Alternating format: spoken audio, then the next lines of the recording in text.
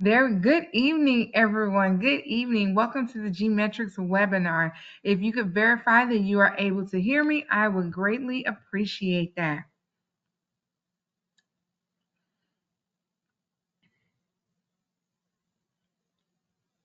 And someone verify that you're able to hear me, and then we will go ahead and get started.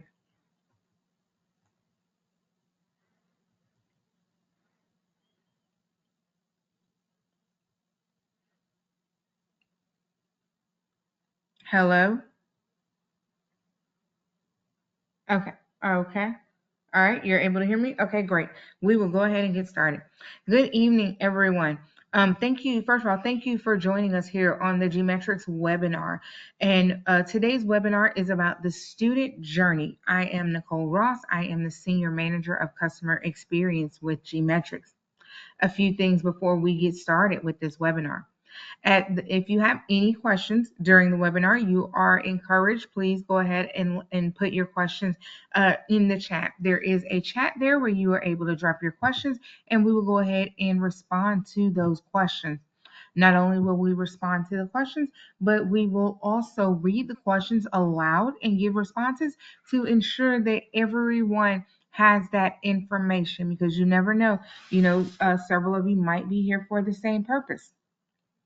What you also have available, in addition to questions with the question mark in the box there, you also have materials available. We will have some materials uploaded there for you.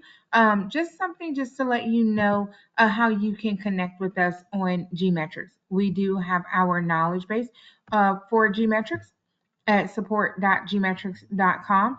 In our knowledge base, I'll go here and show you our knowledge base. Our knowledge base is multifaceted. First, with our knowledge base, you can create a support ticket. With that support ticket, if you need assistance, you are able to alert us that you need assistance right here, and you can also attach a screenshot here, and our support team will respond to you via email. What you also have available in this knowledge base is articles, and these articles have pictures and videos to go along with many of them. And in addition to creating your classroom, if you are working on Adobe or Mac, or you need an SMS download, or you're trying to figure out what to whitelist, or you're working with different programs, trying to figure out accessibility features. We have articles for all of that here. So this is a great resource here for you. And as I said, it has pictures along with written text and videos to go along with those articles. So I highly encourage you to take down that website, support.gmetrix.net, and you are able to access that anytime, as well as put a support ticket there for all of your help that you need. Now we will go ahead with the GMetrix student journey. So when students log into GMetrix, you notice that we have changed the platform here in the last few months, and we try to make it more intuitive and easier for the students to navigate and to engage them with. So the first thing I want to show you is that students log in. There are several options for your students to log in. You can create the accounts in the GMetrix admin page utilizing a spreadsheet and upload that spreadsheet. The students' accounts will be created, and then you will just have to give them the username and password that you created for them. Your students are able to come over here to gmetrix.net, which is our student site, and choose sign up, fill out the form, and they will be able to create an account like that. Or your students are able to use the single sign-on method. Our single sign-on method, it's available with Clever, Google, and Microsoft. This, in my opinion, is the easiest method to utilize. Just have your students come over, click sign in with Google, and it will take them to their account, and it will allow them to create an account. So that's the easiest method. And I say that because one, it's one click for your students. And two, we know a lot of these students, they are going to be in classes that utilize GMetrix. Some of them start as early as 8th grade and they go through senior year. So that's 5 years in these classes. And rather than have them create a new account every year, it's easier if they just do single sign on. And so it will follow them continuously as long as they are in the same district. You are also able to integrate your GMetrix platform with your LMS. Please check our knowledge base for more information on that. But the single sign on, is going to be your easiest method. Once you complete the sign on, students will come and sign in. New students to GMetrix will see redeem code here at the forefront rather than the banner. They'll have the option to redeem code. If they have the banner, that means they've been in GMetrix before, and all they would need to do is choose redeem code, and they're going to redeem that classroom code that you gave them. Remember that classroom code is your last name and then 6 digits, and it is created in the admin dashboard at manage.gmetrix.net. Once that classroom code has been redeemed, then they are able to see the tiles for the curriculum for the program that you have added to your course. If you have added Adobe to your course, what I've noticed a lot of times teachers are not just teaching Adobe Photoshop, they're teaching Adobe Photoshop, Premiere Pro, and Illustrator, or they're teaching a few products. So, and when you purchase the Adobe, you get the full Adobe suite. So you have the option of adding the full suite or just adding one tile for your students for them to see. So what they see here depends on what you added in your classroom, but they'll see that tile, and then all they'll need to do is click on that tile. For now, I'm going to click on the Adobe Professional. Once they click on that tile, they'll be able to see all that you have added to your classroom and the available options for them. We'll start first with the study guide. The study guide is going to be available. If you purchase practice exams, you automatically get a study guide.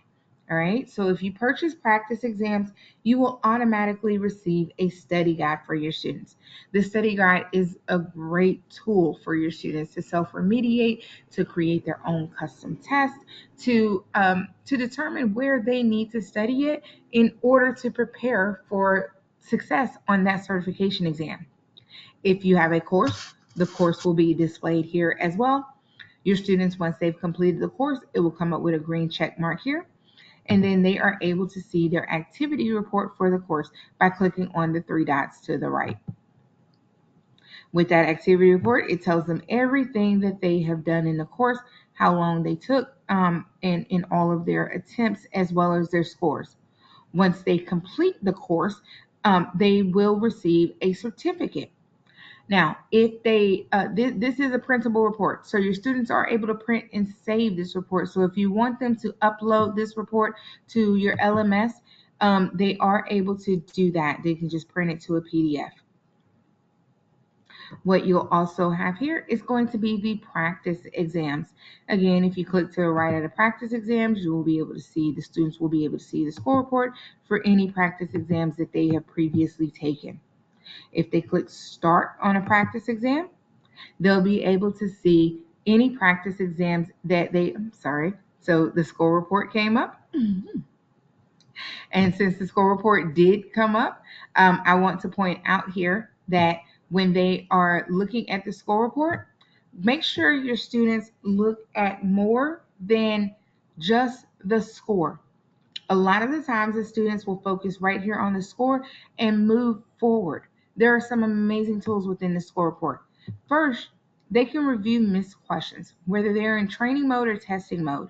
In testing mode, if they review missed questions, it allows them to see all of the questions that they missed, and then they can re-answer the questions, get them scored. And then after the question, it'll give them the explanation as well as the correct answer.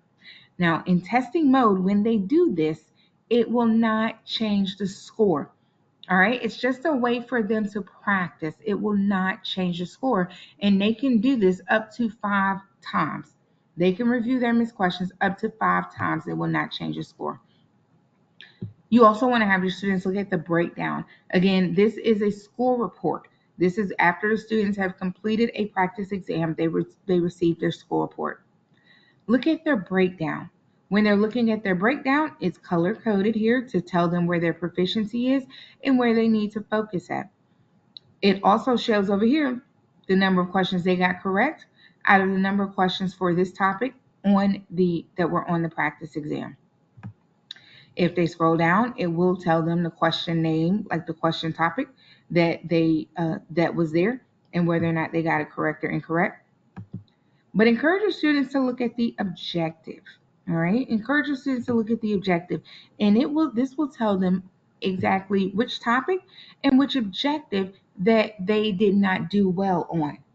Once they do this, they can go and they can look at these objectives in the study guide, and they can review those individual questions, or they can make custom tests with those individual questions, or they can put them in a test, or they can focus on that area of need in order to remediate for themselves and to grow and to learn that information.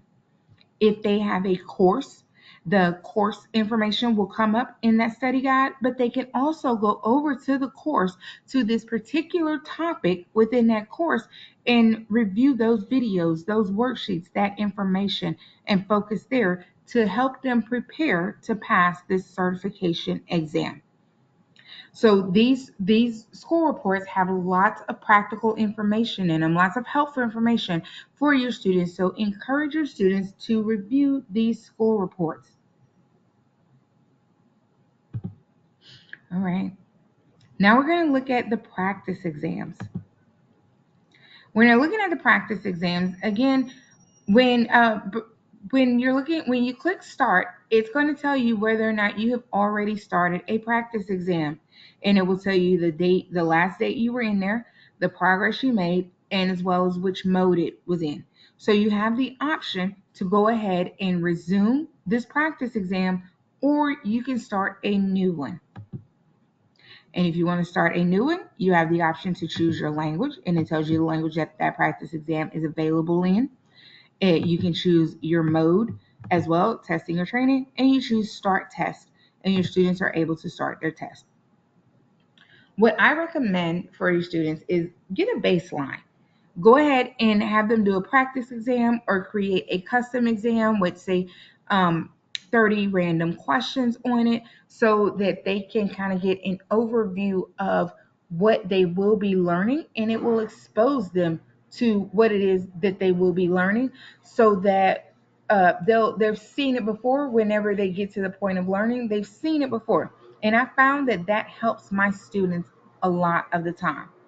But it also gives you a baseline, because when you go to your administration and you tell them, hey, this is where my students started from and this is where we are now, they started from, everybody was around maybe 30-40%. That's fine. That's where they started. They've never been exposed to now everybody's certified. That's data. That's data that they love to see. That's data that makes a difference. That's data that could really put you as the teacher in a better position. All right. So again, I recommend that you start with the practice test for your students. A custom exam is going to be my recommendation. Create a custom exam in the admin dashboard, and then let them do that, and then go into your course if you have one available, go into your teachings, and go into your practice exams. What I also recommend is that you create custom exams throughout the course, so that throughout the duration, so that your students have that exposure and they can practice what they learned and be exposed to what they're going to learn as well. And those custom exams will come up here at the bottom. It'll say from your instructor right under practice exams. It will say from your instructor. So we did have a webinar dedicated specifically to the study guide, but just because we're here and it's a student journey, I'm going to go ahead and give a brief overview of the study guide. Again, the study guide is attached to practice tests. So if you have practice test code redeemed for your students, if they redeem a practice test code, they will also receive the study guide. And to access the study guide, they'll just choose start. They're able to set their date for their upcoming exam, and then they're able to see areas of opportunity and areas of strength. As they take the exams in testing mode, they're going to be able to see, it's going to give them scores on each of the objectives. All right, and that's their proficiency score. So what it's going to do is tell them exactly where they need to work at, exactly where they need to focus at, so that they can prepare for this exam. Once this score hits 80%, it will move from an opportunity to a strength. Now, I need to clarify here. Yes, passing score on a practice exam is 70%, but mastery within GMetrix is 80%, and it's noted here as well. We want to give students that buffer. I want to also make sure that you understand that when it says mastery on the objective, it means the objective. It does not mean that, okay, they got 80% on the practice exam. No, it means the objective. So I'm going to click on the objective. This objective has 8 questions. 8 questions. So for them to be mastery on this objective, they would need to get an 80%. They would need to get 80% of these questions right. All right. So quick math, they need to get 7 right out of this for this objective to move to a strength. From an opportunity to a strength, they need to get 7 of these 8 questions correct for that objective to move over. All right. And to make it a little easier, say this objective had 10 questions. In order for this objective to move from an opportunity to a strength, they need to get 8 of those questions correct. For them to have an 80% proficiency rating here, they need to get 8 questions from that individual objective correct. All right. And what they can also do, as I said, they can make a test in testing or training mode with just those questions, with only those questions. This is a great way for students to focus on their particular areas of need, because as teachers, we are focusing on the whole class. We are looking at the objectives that the whole class needs remediation on, not just the individual students. I did have a teacher tell me recently that what they did, they created custom exams for individual students last year. And I showed them this, how the students are able to create their own custom exams, and it was a game changer, time saver for them. So encourage your students to explore this study guide. They're also able to see the sub objectives, and depending on your program is going to depend on what you see here. Some of them are going to have pictures with step-by-step directions on them, to be able to help the students recall that objective. If you have a course, your course resources will be attached. Hi, I'm Jason Manabock. So these videos will be available to assist your students in preparing for the exam and focusing on the parts that they need to work on. And then there's the quick review. Again, if your students, when they're testing, have them flag anything they don't understand for review, because once they flag it for review, they're able to come over here and they're able to, this is a drop down. I know you can't see the drop down because of the way the screen is set up, but they have 3 options here under question type: lowest, flag, and random. If they choose flag, I'm going to show you lowest. So lowest, it has 186 questions in my question bank. I'm going to change it to flag. I flagged 2 questions as I was taking this exam. I flagged 2 questions for and so I have 2 questions in my question bank, and I can create a custom exam. If I go to mode, I can change it to training or testing, but I can create a custom exam with those questions. I also have the option here. So if I just want to do questions from objective 1.1, just do those questions. I can do the questions from objective 1.1. I can do those 8 questions in testing or training mode. So that's going to be your student journey through GMetrix. As I said, just to shorten it up for you a little bit, the students are going to see the tile for whatever you have added to your classroom and the code that they redeemed. They'll choose that tile. And then as long as you have practices, they will have that study guide, but they'll be able to see the study guide. If you have a course, they'll be able to see that. They'll be able to see practice exams. They'll also be able to see custom exams here in this spot. Once they click start for an exam, if they have previously started an exam, it'll give them the option to resume it. If not, it'll say new test. They're also able to see their transcript, and with their transcript, they're able to see all of their activity for courses and for practice tests. And if they click on the activities, then they are able to see the score reports. Again, encourage your students to review the score reports, not just look at the grade and move forward, but review that score report, review that breakdown, look at those objectives there so they can see that additional information. It does log all of their score reports, so there's a drop down there if they need to see. It'll automatically show the latest, but if they want to see others to see their progression, that's available as well.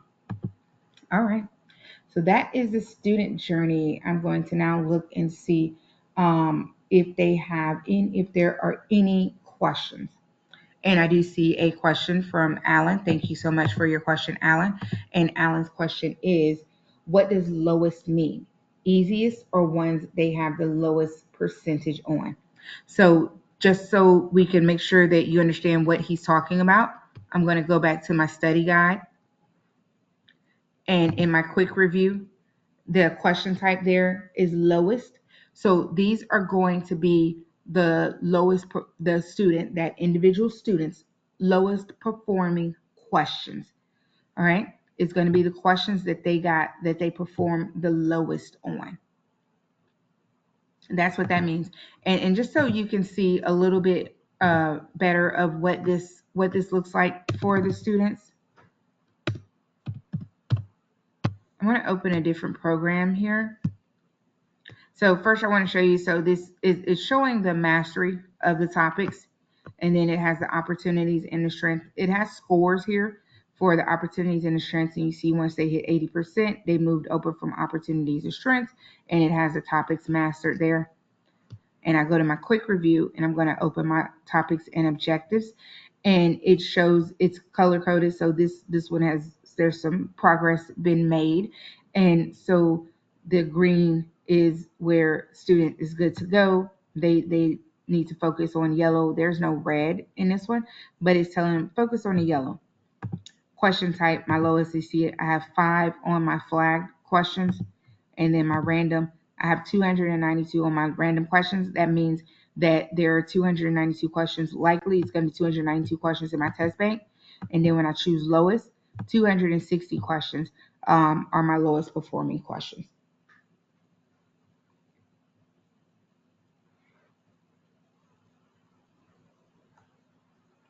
Okay, another question. If course is not available, does that mean our school did not purchase course, or is it not available for that product? It's 90% your school did not purchase it. It's your school did not purchase it. And I will show you this to see the easiest way to see what your school did purchase or what you have available is going to be in your admin dashboard. And if you go to your admin account and you go to your classroom and you attempt to add a course to your classroom, I'm just going to open one of my classrooms here, and I'm going to click content, add content. And so I'm looking here and I'm able to see, so if I click on my entrepreneurship and small business, I'll see I have courses here. I have a course for my entrepreneurship, but I don't have practice tests. So that means my school did not purchase the practice test. But if I click here on my GS6, I have courses and I have tests. So that means my school purchased the courses and the test. So I encourage you to come over to your admin dashboard and look and see if you can add it to your course. If you cannot add it to your course over here, then that means that it was not purchased. But if it's showing over here and you don't have it over in your student dashboard, that just means that it was not added to that classroom code. And you just need to check the box and add it to the code.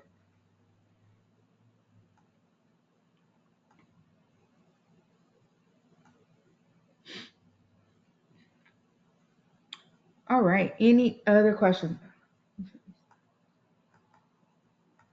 Okay. I have another question. You mentioned the student could create their own test. Where do they do that? Is that the quiz option? So over here in the student dashboard, I am under the study guide.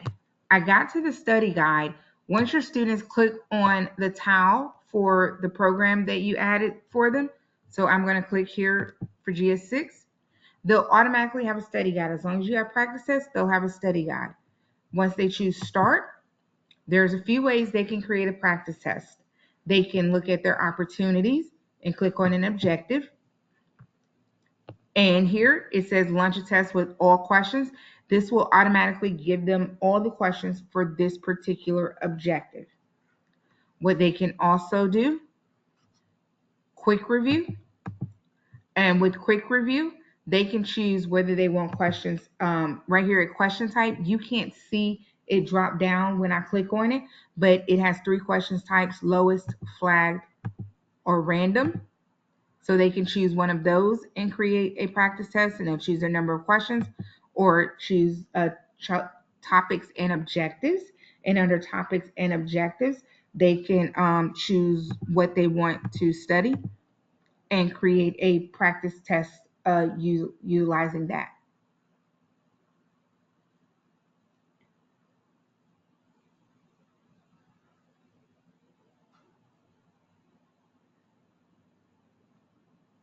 You're welcome. You're very welcome. All right. Are there any other questions?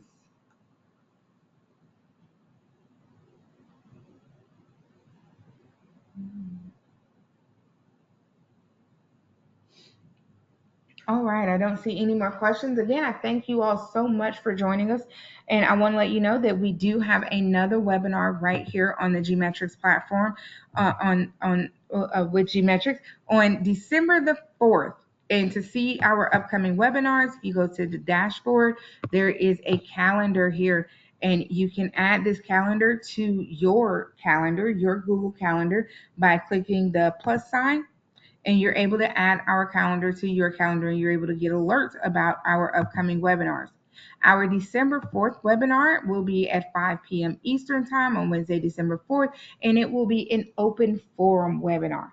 What that means is that if you have questions about how to utilize GMetrix, where something is, or you have tech questions that you would like to address, we do have an amazing our tech support back there. Cole, I forgot to introduce him. I'm so sorry, but we do have tech support on the line as well on each of our webinars, just in case that's needed. But this webinar will be all about support. It will be all about the questions that you have, what you need, and what like getting immediately help online. So you do have that available. I do encourage you all to sign up for that webinar and join us there, because it's been great. We've done it a few times in the past, and it has been absolutely great. Mhm. But if there are no more questions, thank you all again for joining us, and I hope to see you all next week, and have a great evening.